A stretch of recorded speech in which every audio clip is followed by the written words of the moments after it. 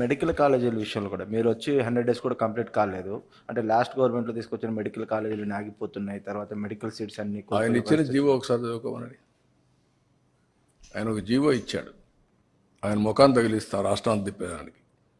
ఆ జీవో పెట్టి ముఖంలో తగిలిస్తే ఆ జీవోని కాకుండా ఏం అమలు చేస్తారో చెప్పాలండి పని.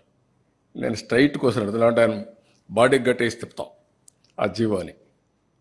ఏ జీవో ఇచ్చాడో మీరే చదువుకోండి ఒకసారి పేపర్ వాళ్ళు. మీరు కూడా చదివితే మీకు కూడా ఒక ఐడియా వస్తుంది. అప్పుడు నేను చెప్తాను.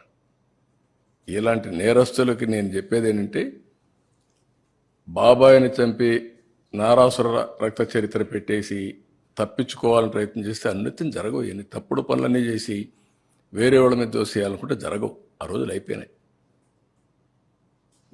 చెవికి కట్టి చూపిస్తాను ఊరంతా తిప్పి, పిచ్చి పిచ్చిగా అనుకుంటున్నా. ఏం చేసేవన్నీ కూడా అంత ఈజీగా ఆలోచించద్దండి. నోటుకొచ్చేట్టు మాట్లాడడం. నిన్న ఏం చేశారో అది మర్చిపోయి ఈరోజు దాని మీద వాళ్ళు విమర్శించే పరిస్థితికి వచ్చారు. ఆ జీవో ఒకసారి చదవండి, నేను చెప్పను. చెప్తే మీకు రహస్యం పోతుంది, సీక్రెట్ పోతుంది. You read that. What issued the GO in private colleges, you read that, then మాట్లాడదాం.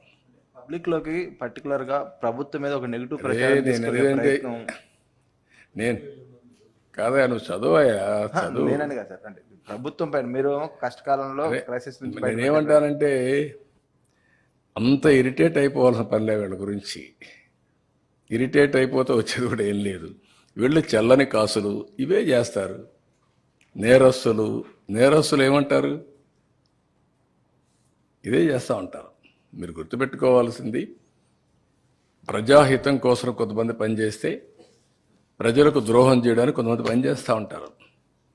ఇప్పుడు కాదు, కలియుగంలో కాదు, త్రేతాయుగంలో కూడా చూసాం, ద్వాపరయుగంలో కూడా చూసాం. ఆ రోజు కూడా యజ్ఞాలు చేసేవాళ్ళు రాజులు, రాక్షసులు వచ్చి చెడగొట్టేవాళ్ళు. రాక్షసుల మీద పోరాడుతూ యజ్ఞాలు చేసే పరిస్థితి ఇప్పుడంతే. It is a continuous process. Will fight it out.